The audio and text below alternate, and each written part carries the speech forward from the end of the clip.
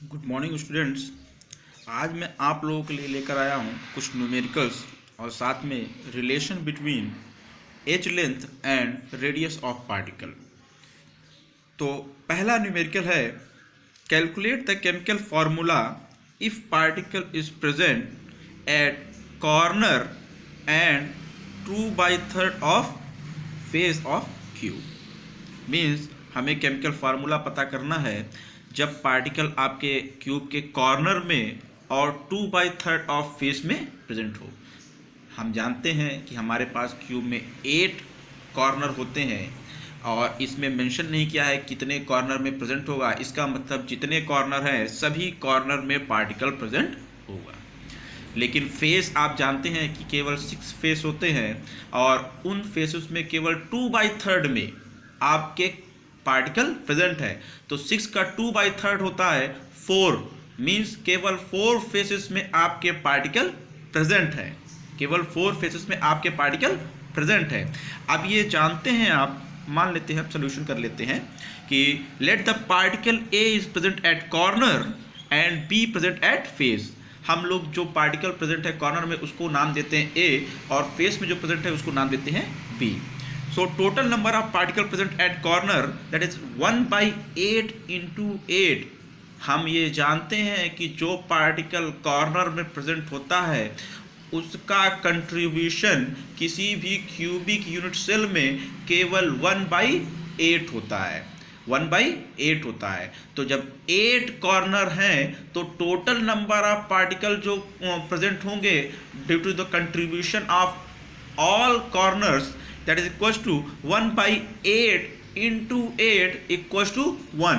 Means केवल और केवल एक पार्टिकल हो पाएगा सभी कॉर्नर के कंट्रीब्यूशन से।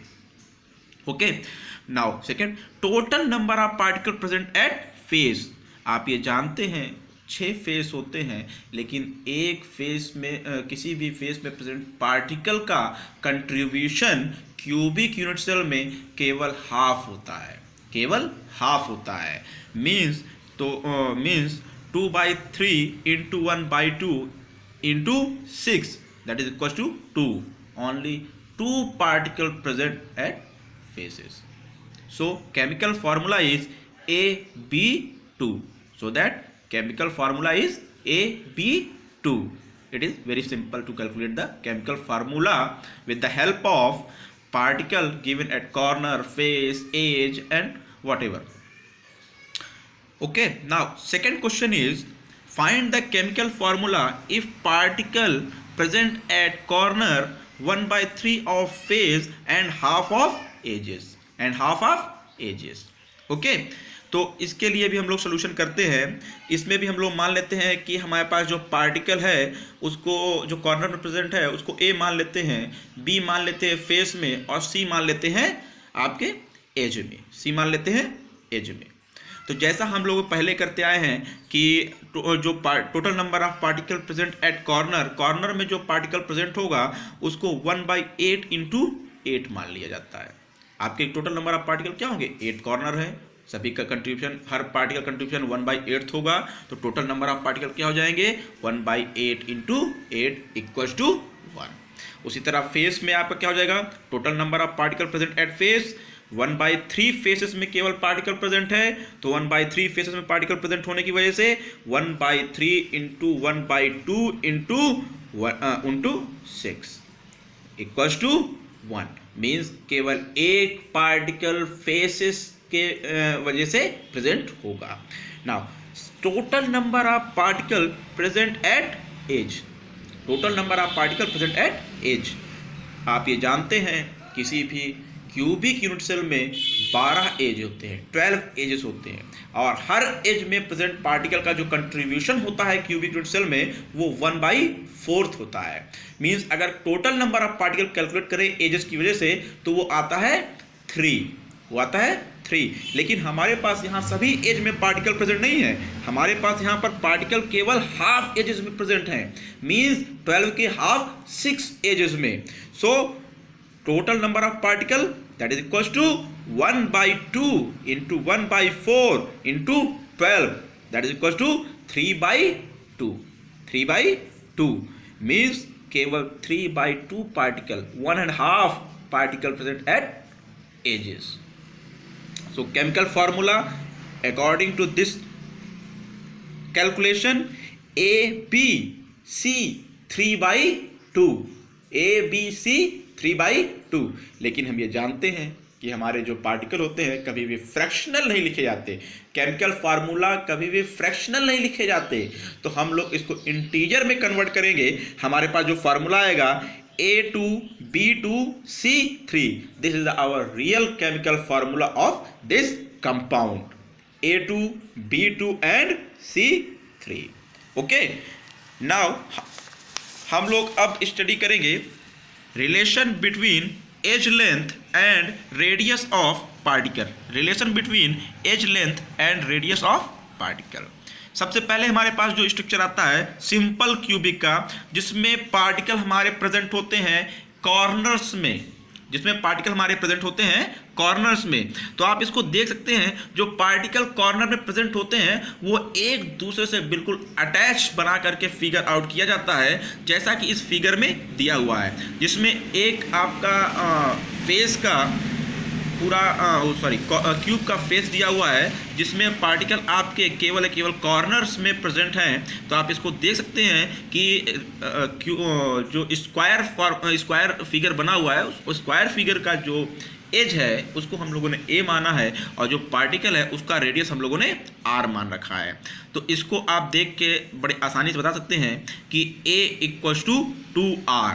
Relation between edge length and radius is a equals to 2r for simple cubic structure. And for second FCC का फुल फॉर्म आप जानते हैं, face centre cubic unit cell. Face centre cubic unit cell. इसमें आप जानते हैं आपका particle face में प्रेजेंट होता है, कॉर्नर के साथ साथ फेस में प्रेजेंट होता है. तो हम लोग फेस का स्ट्रक्चर बनाते हैं और उसमें हम लोग कॉर्नर में एक पार्टिकल आपका फेस में और एक पार्टिकल आपका दूसरे कॉर्नर में प्रेजेंट करते हैं, जिसमें आप देख सकते हैं 3 पार्टिकल टोटल उस लाइन पे आते हैं. मींस किसी भी स्क्वायर के डायगोनल को लेकर हम लोग फेस FCC के लिए कैलकुलेशन करते हैं, किसी भी स्क्वायर के डायगोनल को लेकर के. अब आप जानते हैं कि अगर साइड आपका स्क्वायर A होगा तो उसका डायगोनल जो होगा that is √2a. Diagonal of square क्या हो जाएगा, √2a. आप ये देख रखे हैं कि पूरे डायगोनल में आपके कितने पार्टिकल हैं और उनमें रेडियस को अगर आप कैलकुलेट करें तो एक पार्टिकल के कॉर्नर के पार्टिकल्स का रेडियस उनको अगर ऐड करें तो 2r, और जो मिड में पार्टिकल है सेंटर में है, फेस के सेंटर में है, वो तो कंप्लीट पार्टिकल आ रहा है, तो उसका तो डायमीटर लिया जाएगा. तो टोटल अगर इसके लेंथ को कैलकुलेट किया जाए अकॉर्डिंग टू रेडियस तो आ जाता है 4r. क्या आता है, 4r. तो इसके हिसाब से हमारा जो रिलेशन निकलेगा √2a equals to 4r. √2a equals to 4r. तो a इक्वल्स टू आपका हो जाता है 2√2r. 2√2r. This is the relation between edge length and radius of particle for the FCC, face centre cubic cell. अब आता है BCC में आपको पता है जो पार्टिकल है वो आपका क्यूब के सेंटर में प्रेजेंट होता है. मींस पार्टिकल कॉर्नर के साथ साथ क्यूब के सेंटर में प्रेजेंट होता है. अब हम लोग क्यूब का डायगोनल लेंगे, ना कि फेस का. मींस क्यूब का डायगोनल लेंगे तो हमारे पास जब क्यूब का डायगोनल आप लेंगे तो side of cube is a, लेकिन diagonal of cube is √3a. इसको ध्यान रखिएगा कि किसी भी क्यूब का डायगोनल आपका √3a होता है. इसलिए आप जैसे अभी आपका FCC में हम लोगों ने कैलकुलेट किया था कि अगर R मिला करके कितने हमारे कैलकुलेशन के हिसाब से डायगोनल का मेजरमेंट होता है, तो वैसा ही इसमें भी होगा. मींस अगर आपके डायगोनल ऑफ क्यूब में प्रेजेंट है पार्टिकल तो उनका कैलकुलेशन आएगा 4r. कैलकुलेशन क्या आएगा 4r। और हम ये जानते हैं कि diagonal of cube is according to edge length is √2a। तो √3a equals to 4r, √3a equals to 4r। So a equals to 4/3r, a equals to 4/3r। This is the relation between edge length and radius of particle for the different structures. Okay, thank you.